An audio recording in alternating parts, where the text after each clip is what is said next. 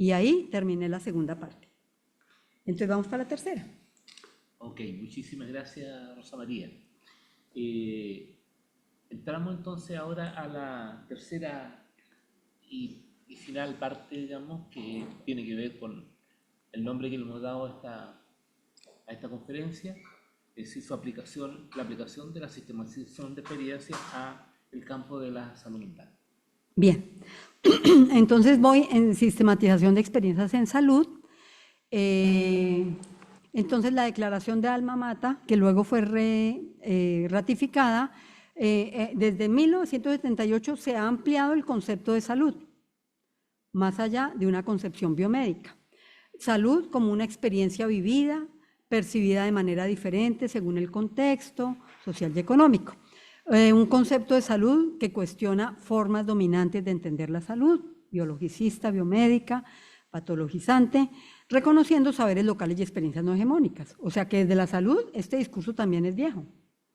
O sea, todo esto insurrecto, complejo, multidimensional, no es nuevo, tampoco en la salud.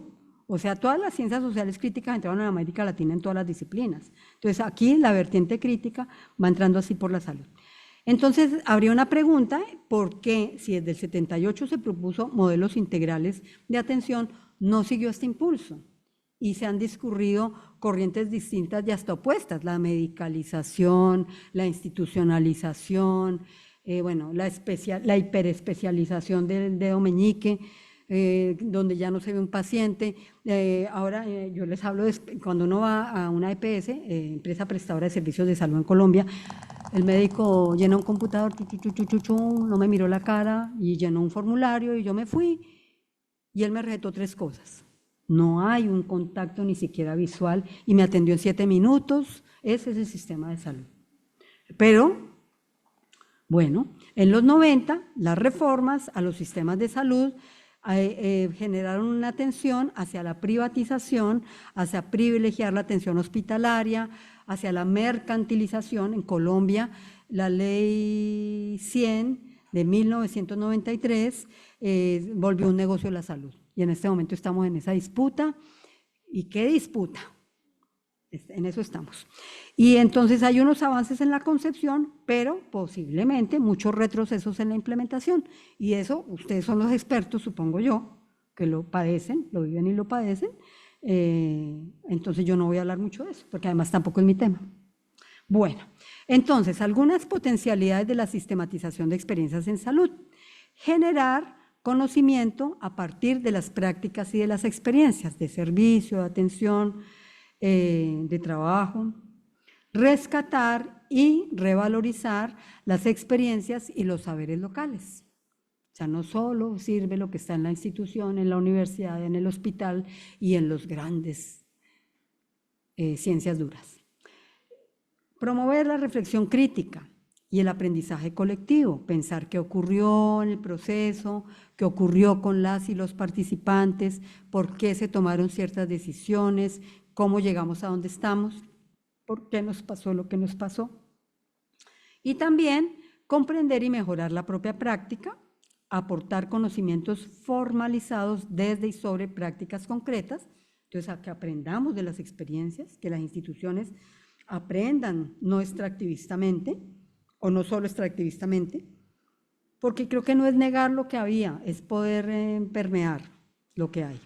Visibilizar contradicciones a partir de prácticas concretas, procesos históricos generales.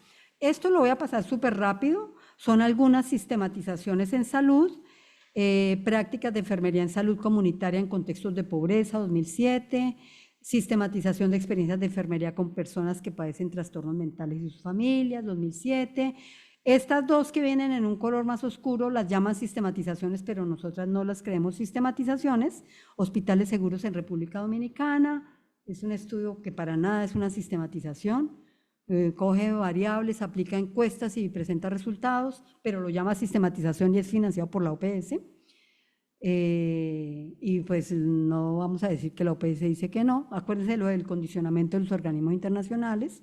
sistematización y análisis de experiencias de determinación de brechas de recursos humanos en salud, Colombia, Chile, Ecuador, Perú, Bolivia, Perú. Entonces, estudios por países, estudios entre países, sistematización de experiencias en hematología, guía práctica de sistematización de intervenciones públicas, herramientas de salud pública para sistematizar experiencias en salud comunitaria, plan operativo de trabajo, diario de campo y memoria de actividades comunitarias, compromiso y participación comunitaria en salud, aprendizaje desde la sistematización de servicios sociales, un huerto demostrativo, sistematización de experiencias de atención en salud sexual y reproductiva, salud mental a población damnificada por una ola invernal en Colombia, sistematización de salud intercultural en un centro acá, mapuche, programa intercultural de promotores de la salud comunitaria, sistematización en un municipio en Colombia y sistematización de experiencias de profesionales en un programa de rehabilitación integral de salud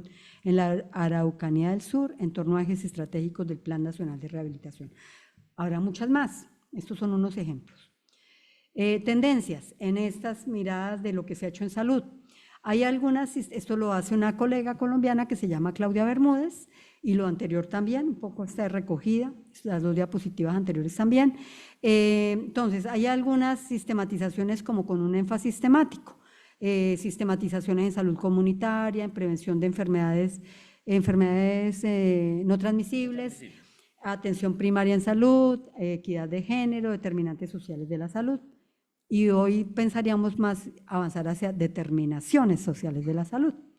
Hay otras que están enfatizando el método, el cómo, modos de sistematización, enfoque participativo, uso de herramientas mixtas, cualitativas, cuantitativas y análisis reflexivos, y hay otras que hacen más énfasis en el contexto, áreas rurales, crisis sanitarias, sistemas de salud en transición. Bien, entonces, ya vamos a entrar un poquitín más en la salud mental comunitaria, que es su campo. En salud, hablamos que sistematizar experiencias en salud son procesos que van más allá de documentar las experiencias o las prácticas. Y eso yo creo que lo he venido argumentando en el transcurso de la presentación. Representa un giro epistemológico, teórico y metodológico que implica cuestionar los métodos hegemónicos de producir, que yo no creo en producir, sino construir conocimiento, valorando saberes locales y experiencias plurales.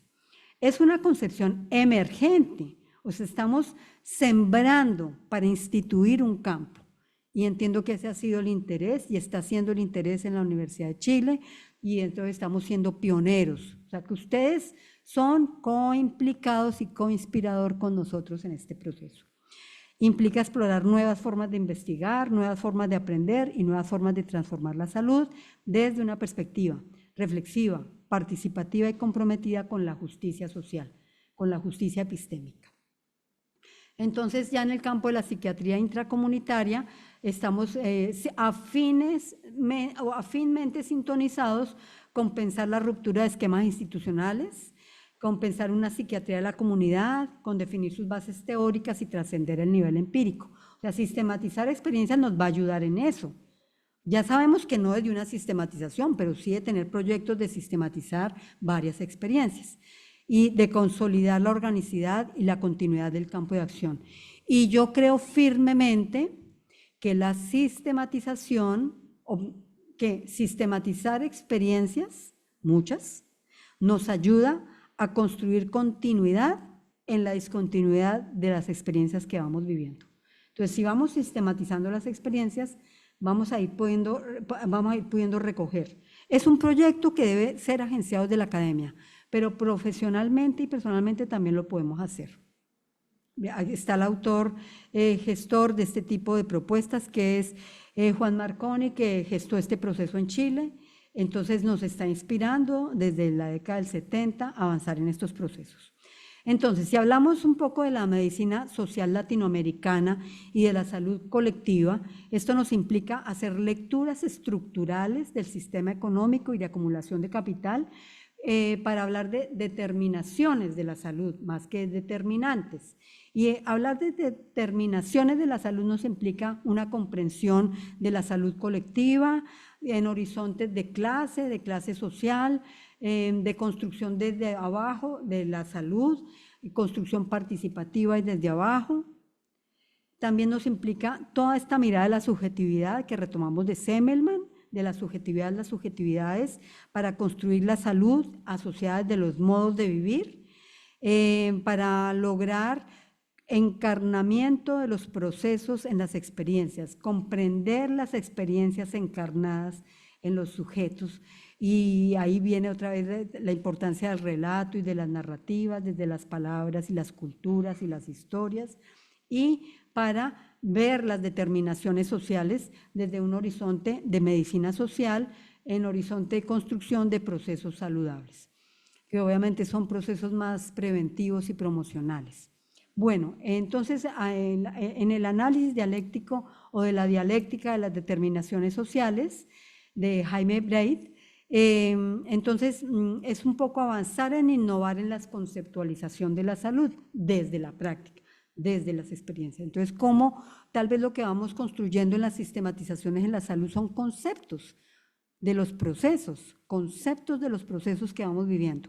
Y él plantea como una tríada de pares de la salud real y la salud como objeto de conocimiento, de la salud pensada desde las subjetividades de quienes la viven y de la salud como campo institucionalizado y vuelto praxis.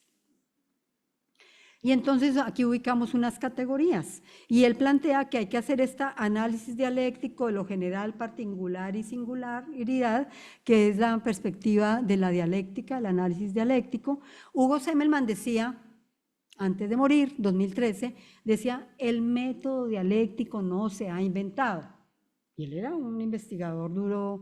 Él decía, mire, yo trabajo en la UNAM, y no hemos inventado, hemos desarrollado el método dialéctico. La única medida dialéctica que construimos es nosotros estamos sentados en un cubículo y la única dialéctica es cuando salimos a fumar en el pasillo. O sea, la academia, eso no lo hemos construido. Entonces, estos conceptos de lo particular, general, singular, hay que ver cómo los vamos construyendo, esos análisis dialécticos. Entonces, la categoría de conceptualización, que viene con el conocimiento, y la categoría de clase, que viene con la perspectiva crítica, y todas las otras categorías de interculturalidad, género y etnia, que son las que nos van a ayudar a construir la potencia en la construcción de conocimientos en la salud. Esto implica, y lo dice el mismo autor Jaime, que el método para construir eso es un método de doble vía que va un movimiento del objeto al sujeto y viceversa, del sujeto al objeto, atravesado por las ideas y la cultura. Entonces, ¿cómo ayudamos a permear desde la cultura y las ideas de los participantes en los procesos de salud el método de construcción de conocimiento en la salud o de la sistematización de experiencias en salud? Desafíos para pensar la salud, la sistematización de experiencias en la salud mental comunitaria. Primero, desaprender la neutralidad, el objetivismo y el teoricismo con el que hemos venido siendo formados y también deformados. Segundo, deconstruir los epistemicidios y promover justicia cognitiva. Y eso nos implica callar, a perder poder, a construir democracia. Eso es todo un reto. Formar con coherencia en sistematización de experiencias. Sistematizar sistematizaciones. Coherencia ético-política, epistemológica y metodológica. Sensibilidad ética, rigor y pertinencia. Girar hacia los márgenes y hacia las prácticas. O sea, es todo un camino por hacer en la vida cotidiana, en la vida institucional, en la vida académica. Sistematizar compleja y multidimensionalmente. En la dimensión pedagógica, aprender de los procesos para mejorarlos. En la dimensión contextual, comprender críticamente la historia. En la dimensión ideológica, posicionar horizontes transformadores. En la dimensión ético-política, optar para construir voluntad de vivir las intencionalidades con coherencia, no sobrevivir para pagar, para subsistir, no mentir para subsistir. En la dimensión epistemológica, saber ser intelectuales, construir conocimientos democratizadores y transformadores con otros. Y en la metodológica, desarrollar participativamente procesos situados con los otros. Y en el corazón de la sistematización y de la construcción, la dimensión estética. Desde aquí se amarra todo lo demás, desde el corazón. desde la dimensión afectiva, sensible, conocer desde y con el cuerpo y el deseo. Lo llamamos acuerpar las relaciones, y me parece que es muy potente. Y esta cita de una artista europeo, estética sin ética es cosmética. Entonces es conectar la ética con la estética. Y ese es el cambio para mí entre la década del 60, de las teorías críticas, con la década del 2020. La multidimensionalidad y el tejido del corazón. Corazonar, acuerpar. Entonces, eso implica construir coherencia. En el plano epistemológico, aportar a la salud mental comunitaria como campo de conocimiento, conceptos, sustentos, argumentos situados, sensibles, pertinentes, democratizadores. Investigar el campo y sistematizar en el campo. En la dimensión pedagógica y didáctica, configurar desde la academia, de la Universidad de Chile, configurar criterios académicos y procesos coherentes de formación, innovación y evaluación. A veces uno mata en la evaluación lo que hizo en la enseñanza, porque el estudiante estudia para pasar, y el sistema de evaluación determina cómo el estudiante estudia. Investigar procesos de capacitación, formación y docencia. Afianzar la formación crítica investigativa y para el servicio. Formar para órdenes sociales justos e inclusivos. Eropedagogía, es un autor que se llama Jesús Urbina. Desarrollar la dimensión estética, simbólica, para acuerpar la formación plural de subjetividades y construir didácticas complejas, plurales y convergentes. Esto es fruto de una investigación que hicimos en educación superior, que son didácticas plurales, complejas y convergentes en la educación superior. En la educación ético-política, aportar a comprender y transformar las determinaciones sociales de la salud, afianzar la intervención comprometida desde el sentipensar, desde sentipensar es en plural, incidir en la formulación e implementación de políticas inclusivas en salud y aportar a modos saludables de vivir. Y en la dimensión metodológica, afianzar la eficacia de la atención sistémica integrada, fluida, proactiva entre servicios y niveles de la salud. Enredarnos para atender la salud mental. Entonces, ya cerrando, dijo Orlando Falsborda en una entrevista en el 2007, muy cerquita de morir: uno siembra la semilla, pero ella tiene su propia dinámica. Nosotros acá estamos sembrando. Ayúdenos a que la dinámica de la sistematización de experiencias en salud mental comunitaria no se desnaturalice y se objetivice y se instrumentalice. Eso depende de ustedes, de sus cuerpos, de sus sentimientos y de sus compromisos. Entonces, desde nuestros trayectos, comprometámonos a transformar estas reflexiones en proyectos. Y cerramos con Freire, la idea de esperanza crítica en Freire. Necesitamos la esperanza crítica como el pez necesita el agua incontaminada. Pensar que la esperanza sola transforma el mundo y actuar movido por esa ingenuidad es un modo de caer en la desesperanza, el pesimismo y el fatalismo. Y en eso estamos, en esta sociedad avasalladora neoliberal del capitalismo cognitivo. Necesitamos es nutrirnos para resistir, para reexistir. Prescindir de la esperanza que se funda en la verdad y en la calidad ética de la lucha es negarle uno de sus soportes fundamentales. Como necesidad ontológica, la esperanza necesita anclarse en la práctica para volverse historia concreta. Sin un mínimo de esperanza, no podemos siquiera empezar el embate.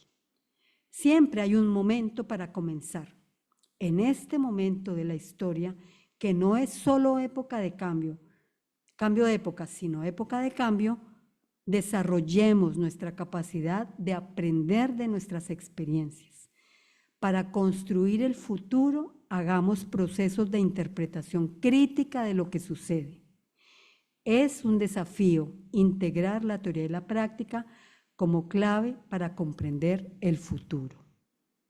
No solo se trata de conocer, también de construir sociedad democrática, de cualificar y dignificar y potenciar la vida.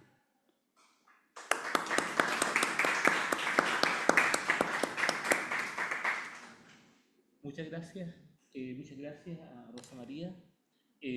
Hay algunos comentarios que me han pedido explícitamente en el chat que queden aquí en el verbo en la sala, ¿ya? Y los voy a leer, ¿ya? Tenemos a Vale Cabello que dice: saluda a Rosa María, y con un corazón. Estoy en tercer año de psicología en la Universidad Academia de Humanismo Cristiano, terminando la asignatura Praxis 6, en donde nos encontramos realizando una sistematización. Ha sido mi primer acercamiento con ella. Es sobre un taller de muralismo que realizamos en Paine. Ha sido una experiencia muy compleja en el sentido de aprender cosas nuevas, alternativas a las teorías tradicionales académicas. Pero me ha hecho tanto sentido que estoy muy agradecida de esta experiencia que se acaba este sábado y de mi profesor que nos recomendó esta conferencia. Quería agradecerle a usted por compartir y transmitirnos sus experiencias y saberes, además de preguntarle qué recomienda usted para mantener la motivación cuando el sistema es tan injusto, desigual y pasan cosas tan tristes que pareciera que el cambio nunca vendrá. Léalas todas. Eso dice Vale. Vamos a seguir leyendo. Luego tenemos un comentario de Constanza Valderrama que dice: qué aprendizaje y reflexión. Gracias, María Rosa. Finalmente nos queda el desafío en las estructuras burocráticas de salud, la construcción de una lengua en común. Un tremendo desafío en estos tiempos, pero no imposible. Marjorie Braniff dice: cuánta razón tienes, pero más que un lenguaje, el desafío está en que la salud tenga otro prisma, paradigma, para mirar las prácticas de promoción que no se traduzcan en evidencias medidas cuantitativamente, pues la salud no sale del mundo biomédico y de las evaluaciones epidemiológicas. Esperemos que por lo menos escuchen. Por eso celebro como psicóloga salubrista que la Escuela de Salud Pública presente estas experiencias.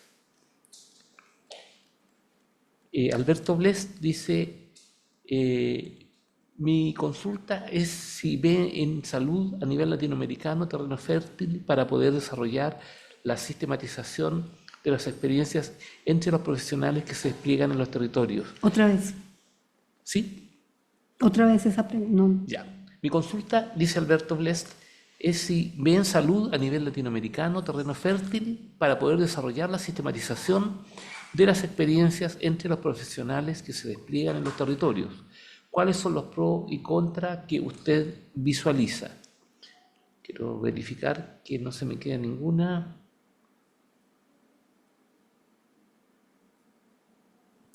Bueno, yo hice un comentario respecto a que cuando usted comentó la situación de esta estudiante suya que estuvo en la cárcel y que durante la sistematización cuestionó su relación de pareja, me trajo al recuerdo algo que me maravilló en su momento, que fue el concepto de socioterapia de que hablaba Pierre Bourdieu, y que me pareció a veces mucho más potente que la psicoterapia incluso, ¿ya?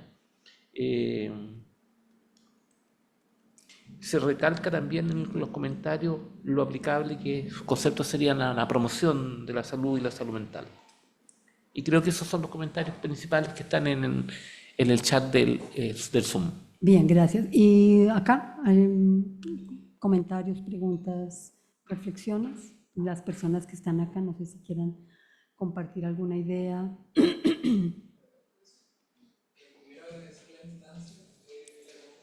Espérate, vamos a grabar, ¿sí? O sea, para poder grabar, para que te escuchen. Está prendido. No, primero agradecer la instancia y el compartir su experiencia en esta conferencia. Nosotros como becados de psiquiatría de la Universidad de Santiago de Chile somos estudiantes que pasamos con el doctor Sepúlveda y estos momentos son vitales también para poder enriquecernos y poder ir generando conocimiento co-construido. Em, en algunas partes me resonó bastante cuando se habla desde la corporalidad, por ejemplo, en fenomenología, en psiquiatría, lo menciona bastante Merleau-Ponty, si mal no recuerdo, y es como interesante cómo esto se conjuga, como los saberes que se van construyendo también como, con la comunidad y desde las distintas como vivencias. Me hace mucho sentido como verlo como dejando de lado como los procesos racionales, sino más bien como vivirlo como una experiencia antes que paciente, doctor, paciente médico, etcétera, son persona a persona. El encuentro que habla también Oyersun, el profesor Oyersun. Entonces, me hace mucho sentido el tema de poder generar conocimiento a partir de y generar vivencias. En el proceso de sistematización yo no estaba muy al tanto previamente de esto y nada, agradecer principalmente. Más que consulta era eso en el comentario. Gracias. Perdón, me recuerdan una omisión grave en las lecturas. Fabiola Serna dice que envió ya un saludo muy cariñoso, que yo no lo leí porque se me pasó. Y nos recuerda su saludo cariñoso a su maestra, a Rosa María, y su agradecimiento por esta conferencia. Eso, y no lo encuentro. Pero lo leí antes, de todas maneras. Gracias, Fabiola. Sí.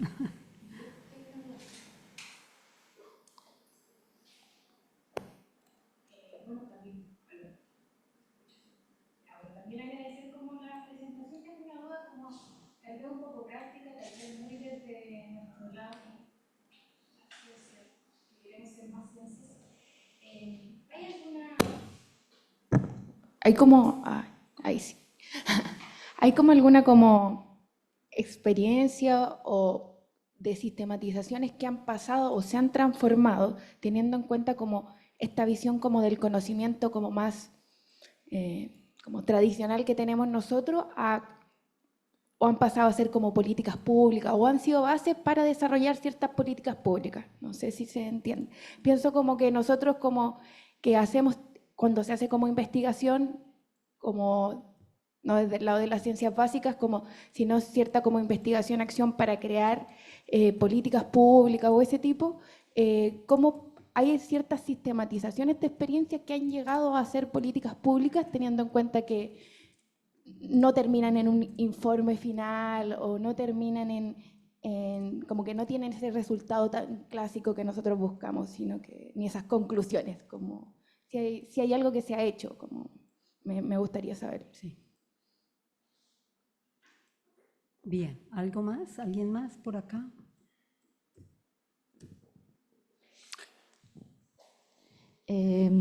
Solo agradecer a Rosa María. Yo he estado participando del curso de sistematización de experiencias y ha sido un proceso muy removedor. También escucharla ahora y sobre todo en el ámbito más pedagógico de lo que hacemos en la academia. Creo que hay muchas cosas que hacemos en piloto automático sin pararnos a pensar, a reflexionar sobre cuáles son los resultados de eso y qué es lo que estamos dejando a un lado, qué es lo que estamos potenciando, valorando. Y creo que en esta conferencia y en las cosas que transmite Rosa María está ese descentramiento, ¿no? De desnaturalizar, digamos, estas prácticas que hemos aprendido en la academia y cuestionarnos profundamente los modos de aprender. Lo agradezco mucho. Sí.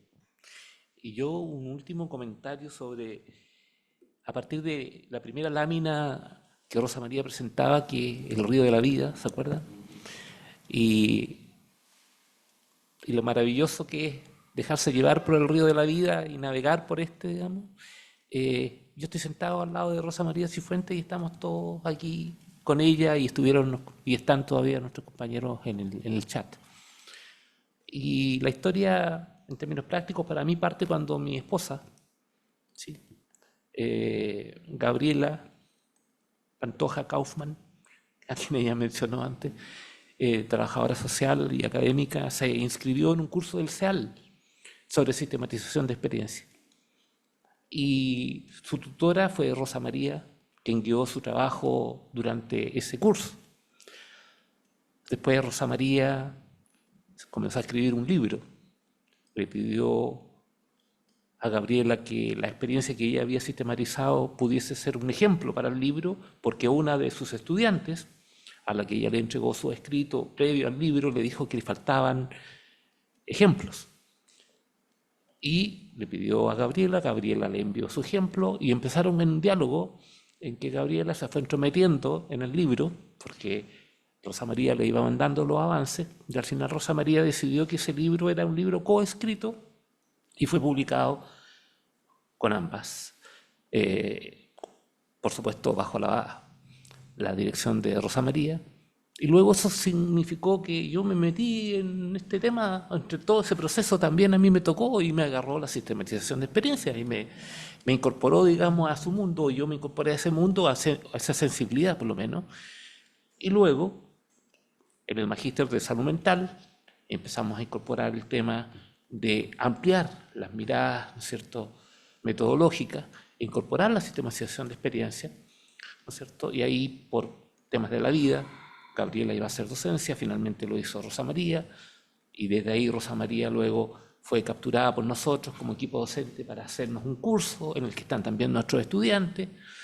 Además, en todo eso, estuvimos en Colombia con Rosa María en su casa, y Rosa María anheló Chiloé, y Rosa María vino a Chile, y estuvo en Chiloé, y eso permite que Rosa María esté hoy día dando esta conferencia, y etcétera, porque los planes que se han abierto para Rosa María, aunque ella todavía no los conoce, pero los sospecha, siguen siendo el caudaloso río de la vida, ¿no es cierto? Porque no por casualidad están aquí, ¿no es cierto?, ustedes, residentes de psiquiatría, del programa de psiquiatría comunitaria, ¿no es cierto?, que están particularmente invitados, y no solo por casualidad, está el equipo de continuidad de cuidados del Servicio de Psiquiatría del Hospital Barros Luco, sentados viendo esta conferencia, ¿no es cierto?, porque eso tiene que ver con el caudaloso río de la vida, ¿no es cierto?, que desata en esta parte del mundo, del planeta, de los corazones y las conciencias, Rosa María.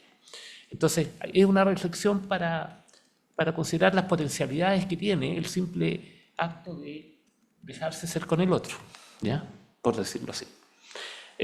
Perdonen lo personal de este relato, pero yo creo que ilustra también, digamos, muchos de los procesos que nosotros protagonizamos o podemos protagonizar, y ojalá que no se queden inconclusos y que sigan siendo caudalosos y sean prolíficos y nutritivos. Eso.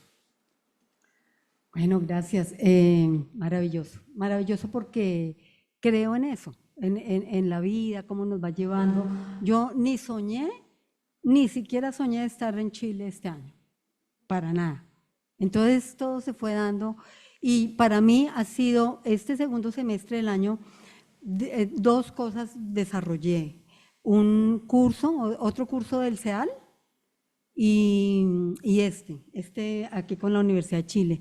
Y para mí, hablando de la esperanza, la persona que preguntó por la esperanza, para mí han sido tan esperanzadores. O sea, ver un médico que estuvo trabajando hace 40 años, que lo tutorié, que estuvo hace 40 años en una comunidad indígena y toma el curso y vino a Chile a formarse en sistematización en la década del 80 en el CEAL. Es que se me eriza la piel. Y verlo que con unas fotos se metió en ese proceso y lo hizo, y con qué calidad él se presentó en el curso. O sea, los del curso saben lo que es eso. O sea, yo decía, ¿cómo un médico está haciendo este ejercicio? ¿Con qué tiempo, con qué plata, con qué energía? Pero allá está, y está con los indígenas, ya habla el idioma indígena, aymara, es aymara, ni me acuerdo, quechua. Entonces, cuando uno ve la magia de la vida, de llevarse por el caudaloso río de la vida que dice Rafael, es increíble. Eso ayuda con la esperanza, la motivación. Estos espacios creer. Uno crea en lo que cree, cree en lo que crea en lo que cree. Entonces es mágico. Algunos lo llaman diosidencias, otros lo llaman sincronicidades en términos de Jung, pero es aprender a escuchar nuestros organismos, los que están al lado, el universo, la naturaleza, la vida cotidiana, los hechos, o sea, aprender a desarrollar una sensibilidad que no es solo la cabeza. Entonces, para lo que decía el compañero un poco no es dejar lo racional, es integrar lo racional con otras dimensiones, porque no es quitarnos la cabeza, es integrar el corazón, porque nos vendieron la idea que era de aquí para arriba, pero es con todo el cuerpo. Entonces eso va un poco con la pregunta, o sea, lo de la motivación. A ver si logro recordar una cita más o menos bien de Gramsci. Si fuera por la cabeza, no lo estoy citando bien, pero esa es la idea, si fuera por la cabeza, todo nos daría para la desesperanza, para el escepticismo, el cinismo. O sea, la cabeza y la razón no nos dan para la esperanza. Es el corazón, la ética y la ideología lo que nos ayuda con la desesperanza. Y yo que he vivido muchos procesos de desesperanza, procesos de irme de mi país sin un exilio político, sino un exilio académico, o sea, porque por dolor de ver la academia como se volvió, dejé la academia y me encerré un año a leer y a escribir y viajé por ese dolor. Por ese dolor estoy acá, porque decía, tengo más grandes las alas que las rodillas y no quiero hacer lo que se está haciendo en la academia. Entonces, Paulo Freire decía algo así como el exilio, porque yo me sentí una exiliada, aunque no fuera política, pero me sentía en exilio del trabajo social y me sentí en exilio de la vida académica, y hoy estoy en una academia de donde yo me exilié. Y Orlando Falsborda también se exilió. O sea, hay que tomar distancia. O sea, porque tomar distancia es repararse y reponerse. O sea, hay muchas formas de construir la esperanza, una es tomar distancia, pero entonces yo iba a Freire. Entonces Pablo Freire decía, tomar exilio nos permite valorar las cosas distinto. La distancia del exilio me permitió volver con renovadas miradas. Entonces, ese ir y volver, ese exilio, autoexiliarnos, hay un autor que es Henry Giroux que habla del exilio de la vida de los académicos. Estamos en un mundo que nos exilia y que nos rompe. Entonces nos rompemos y nos deshacemos. Entonces, cuando yo leo mis escritos, cuando yo vuelvo a ellos, yo me reconstruyo. Y cuando esa frase de construir continuidad en la descontinuidad, yo viví siendo profesora PH por horas 30 años. Eso significa contratos de 16 semanas, ni siquiera va a decir 4 meses. Y todo lo que pude hacer, lo pude hacer por la escritura, tejiendo escrituras, tejiendo informes. Entonces sí se puede. Sobre las políticas, en Colombia, en la década, tuve la fortuna de ser contratada en la Universidad Pedagógica Nacional, de la cual fui egresada, 1990. Y cuando me contrataron, me contrataron para acompañar procesos de formación docente en educación popular de adultos comunitaria.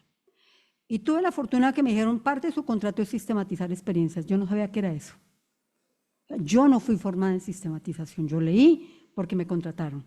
Y tuve la fortuna de empezar a leer, y toda educación popular, y como soy muy lectora, ñoña, me llama mi hija en Colombia, ñoña, no sé cómo será la palabra acá, pero que me meto a leer, tuve la fortuna de, mi tesis de maestría, que fue en esa universidad, fue sistematizar, o sea, empecé a sistematizar, lo que hacía era sistematizar. Primera experiencia, todo fallido, porque iba a acompañar a unos maestros de Colombia, yo tendría 30, 20 y tan, digamos casi 30 años, o sea, yo era jovencita y estos maestros eran de 60, se iban a pensionar todos. Entonces, las reuniones para acompañarlos a formarse, ellos hablaban de las demandas al Estado, de no sé qué, no se pudo hacer nada, pero tuve la fortuna de que sistematizar esa primera experiencia, yo dije, ¿por qué no se pudo hacer nada? ¿O por qué se pudo hacer lo que se pudo hacer? Y aprendí a sistematizar.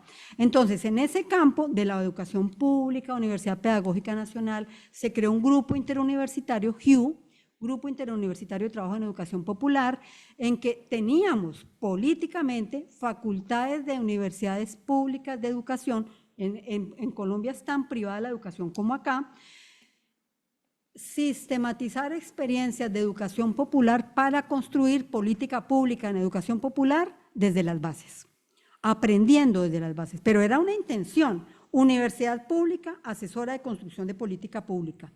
Y una del grupo, que en ese momento fue amenazada allá en el Cauca, se me olvidó ahorita el nombre, en zonas duras de violencia en Cauca, profesora de la Universidad del Valle, fue directora de educación de adultos del ministerio. Entonces, sí avanzamos en eso porque estábamos cohesionados pensando lo público, desde la educación pública llegamos al ministerio con una persona que en ese momento, ella llegó al ministerio para proteger su vida, porque hacerla visible a ella era proteger su vida. Y esa zona sigue con problemas de violencia hoy, porque la violencia se ha reconfigurado y se ha transformado. Entonces, sí tuvimos la fortuna de ver aportes de incidencia en la construcción de política pública, y para eso lo que digo que se necesita es voluntad política. O sea, aquí hay una voluntad política de una persona que me ha invitado, que ha venido generando un espacio en una maestría, en unos equipos, mañana vamos al hospital porque hay que sembrar.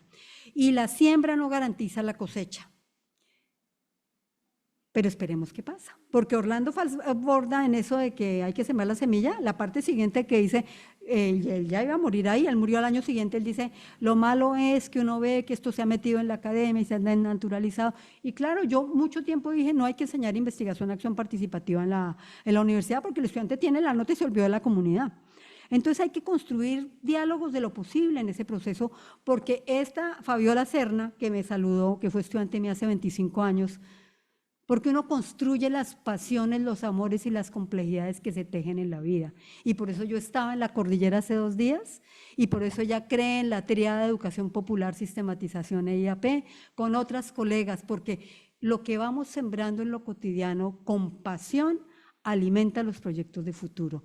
Y los frutos no los vemos en el largo plazo, en el corto plazo. Entonces decía un profesor, Fernando Vázquez, a quien recomiendo por sus textos sobre escritura, la educación no se evalúa en la inmediatez. Entonces los frutos de la educación los veo yo en un supermercado haciendo una fila en una caja 20 años después, cuando un estudiante viene y me saluda y me dice tal, porque a mí me odian los estudiantes ya no, porque ya no soy profesora, en ejercicio, pero me odiaban porque era exigente, no me querían, ¿sí? Había otros que me amaban, o sea, uno genera pasiones, porque eso de ser riguroso no le gusta a todo el mundo, eso de ser complejo y de dar vueltas no le gusta a todo el mundo, pero sí hay una siembra que fructifica y que se cosecha de la mejor manera. Y por esa siembra de esa Fabiola o de otras colegas con las que hoy estoy escribiendo, o yo que soy fruto de mis profesoras, se construye un tejido social.